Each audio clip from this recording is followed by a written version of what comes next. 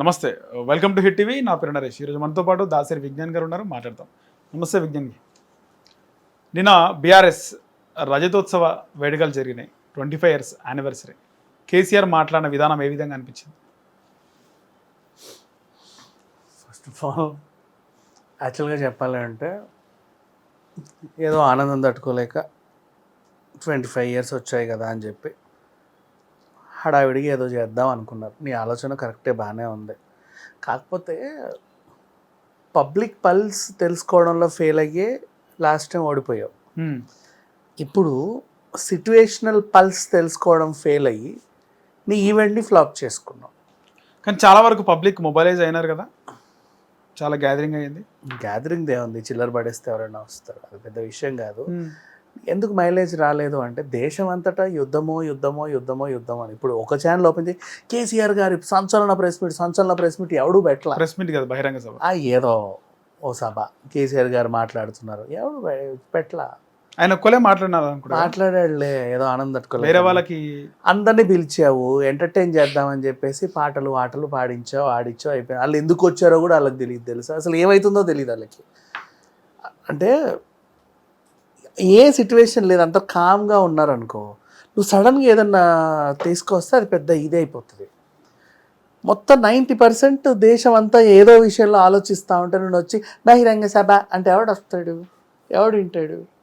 అవసరం ఏముంది చెప్పు? సరే పోన్లే, ఇట్లాంటి సభలకి కేసీఆర్ మాట్లాడితే కొంచెం మైలేజ్, ఏదో జోకులు వేస్తావు, 4 వాళ్ళ నీళ్ళు తిడతావు, నీ స్లాంగ్ లాగా ఉంటుంది, అందరూ హీ బలి మాట్లాడిన మా సార్ అని చూస్తాడు. ఇప్పుడు మాట్లాడవు, నీ మొహంలోనే తెలుస్తుంది మేము ఓడిపోయాము అని.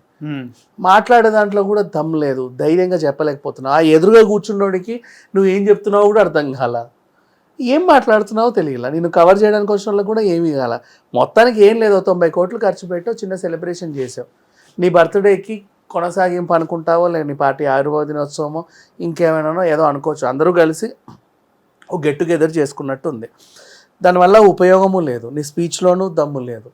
వచ్చిన జనాభాలో మళ్ళీ ఇంకొకటి, మళ్ళీ కవిత కవిత కవిత కవిత అని చెప్పేసి ఒక పాట పాడమని ఒక సింగర్ని పెట్టావు. వాడు కూడా కవిత కవిత కవిత అనాలి.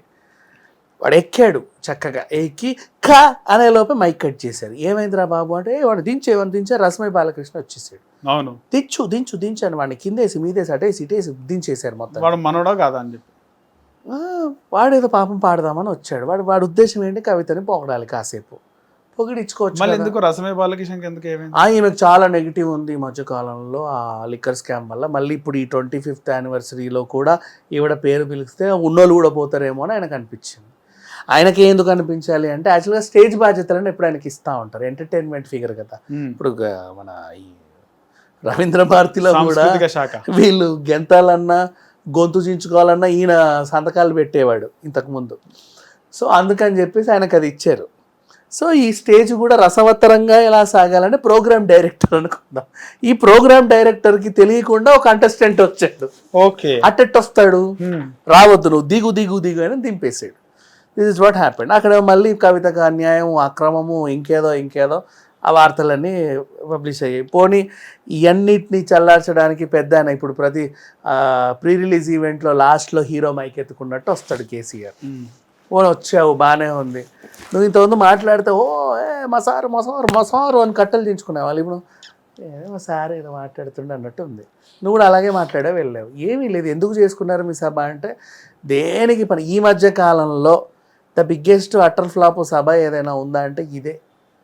ఎందుకు వచ్చారో తెలియదు, ఎందుకు తీసారో తెలియదు. నిజంగా ఆ పార్టీ శ్రేణులు వీళ్ళందరూ కూడా ఎడ్డిగా ఉంటారనమాట, ఎవరికి ఏమీ తెలియదు. మా సార్ పిలిచాడు అందుకే వచ్చామంటారు. అవునా, ఎందుకు పిలిచాడు? సభ అంట. ఏం సభ? ఏదో చేస్తే అడిగి పోతే తెలుస్తుంది, ముందైతే పదండి అంటారు. అడికి ఏంటి అది కూడా తెలియదు. అట్లుంటారు, అన్నీ ఎడ్డి మొహాలే వచ్చినవి. అసలు ఏబీసీడీ తెలియదు. మళ్ళీ దాంట్లో 3 వర్గాలట. ఆ హరీష్ రావు ఏమో కేటీఆర్ ఇట్ట చూస్తాడు. ఎందుకు అసలు ఆయన తర్వాత ఆ రేంజ్ హీరోని నేనే, మధ్యలో నువ్వెవడు అని. మా నాన్న అక్కడ నువ్వెవడరా మధ్యలో, ఈయన ఇటు చూస్తాడు. ఎవడు ఎటుంటాడో తెలియదు, ఎవరు ఎటు పోతారో తెలియదు, ఎవరి క్యాడర్ ఎటుంటుందో తెలియదు, ఎవరి అభిమానులు ఎవరికి ఉంటారో తెలియదు. ఇలా సరే, అది అంటే అన్ని పార్టీలలో కామన్, పెద్ద విషయం ఏం కాదు. ఇప్పుడున్న కాంగ్రెస్ కూడా అంతే. ఒకరికొకరు పడదు, వీళ్ళందరూ ఢిల్లీకి వెళ్ళి వాళ్ళ ఏడుపులన్నీ చెప్పుకొని వస్తూ ఉంటారు. ప్రతి పార్టీలో కామన్, ఇట్స్ ఓకే. సరే, ఇంతకీ అన్నీ చెప్పిన తర్వాత ఏం చెప్పాలి నువ్వు? రాష్ట్రంలో జరుగుతున్న అన్యాయాలు అక్రమాల గురించి చెప్పి నీ ఏడుపు ఏదో ఏడిచి నువ్వు మళ్ళీ వచ్చినప్పుడు మిమ్మల్ని ఉద్ధరిస్తాను అని ఒక భరోసా ఇచ్చి అక్కడి నుంచి పోవాలి. ఇప్పుడు నువ్వు ఎవరి మీద ఏడిచావురా అంటే బాబు చంద్రబాబు నాయుడు మీద ఏడిచావు. అవును కదా. ఆయన ఎందుకు వచ్చాడు మధ్యలో నీకు? ఆయన ఆంధ్రాలో ఉన్నాడు చెప్పావు. అప్పుడెప్పుడో ఉద్యమం టైంలో అసలు నన్ను మాట్లాడనివ్వలేదు, తెలంగాణ పెడితే అంటే చాలా నార్మల్ అనేవాడు అని చెప్పావు. సరే, అప్పుడెప్పుడు అయ్యింది. ఇప్పుడు అది తీసుకొచ్చి చంద్రబాబు నాయుడు నెగిటివ్ చేయడం వల్ల నీకు వచ్చింది ఏంటి? సరే, మరి అసెంబ్లీలో నిన్ను మాట్లాడిన వల్ల ఒప్పుకుందాం, ఓకేనా? అది ఎప్పుడు జరిగింది? ఎప్పుడో జరిగింది, ఉద్యమం బిఫోర్. మరి ఆయన గెలిచినప్పుడు ఇటుక తీసుకొని ఎందుకు వెళ్ళావు? అమరావతి నిర్మాణం అని.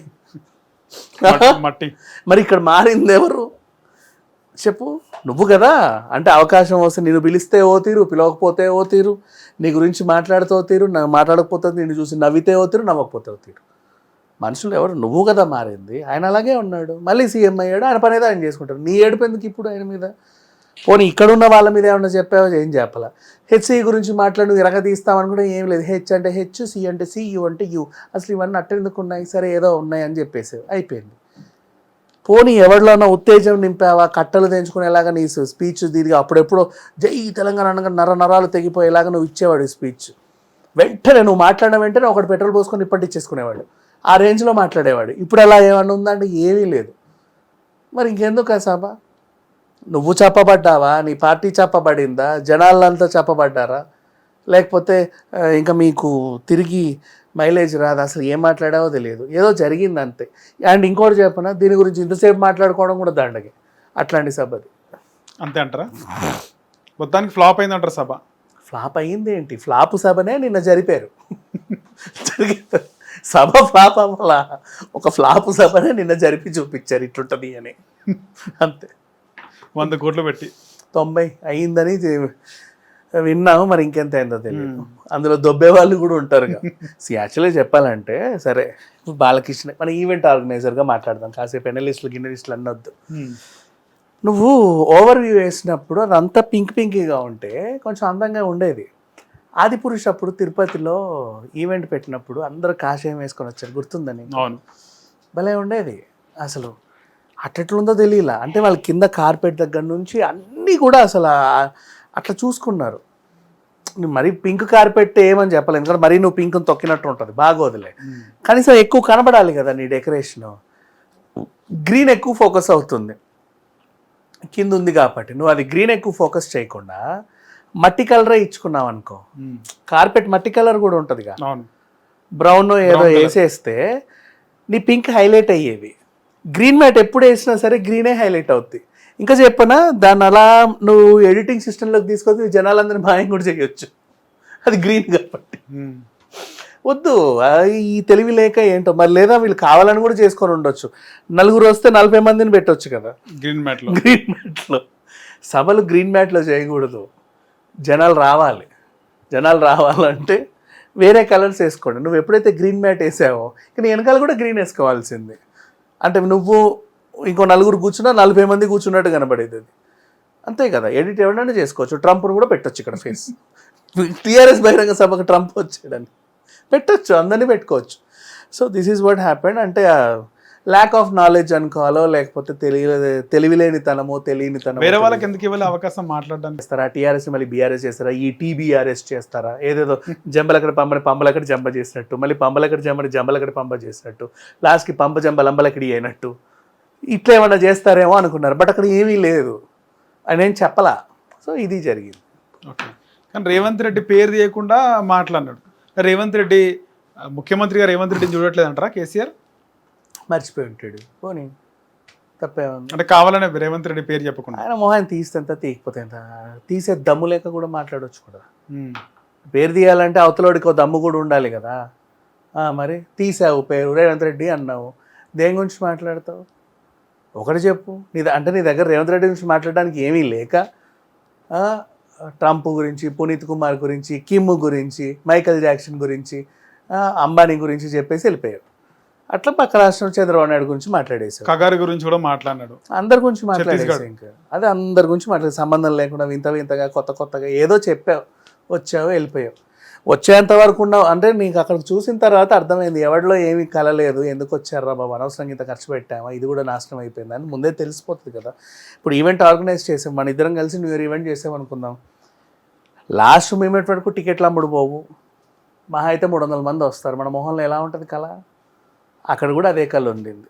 అందుకని చెప్పేసి ఏదో మాట్లాడి పంపిద్దామని మాట్లాడేసాడు, అది జరిగింది.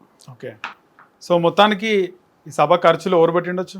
వాళ్ళే పెట్టుకుంటారు, ఉంటాయిగా చిల్లర, ఎందుకు లేకుండా ఎందుకు ఉంటాయి, వాళ్ళకి ఎవడిస్తాడు, ఎవరైనా ఫండ్లు ఇచ్చే పార్టీ అనుకున్నావేంటది, అంత సీట్ లేదా, మరి అంత ఎక్స్పెక్ట్ చేయకు. ఎన్ఆర్ఐలు ఫండ్లు వేసి మరి చివరికి బరిలక్క కూడా ఇస్తారు ఫండ్స్, కానీ వీళ్ళకి ఎవరు ఇవ్వరు.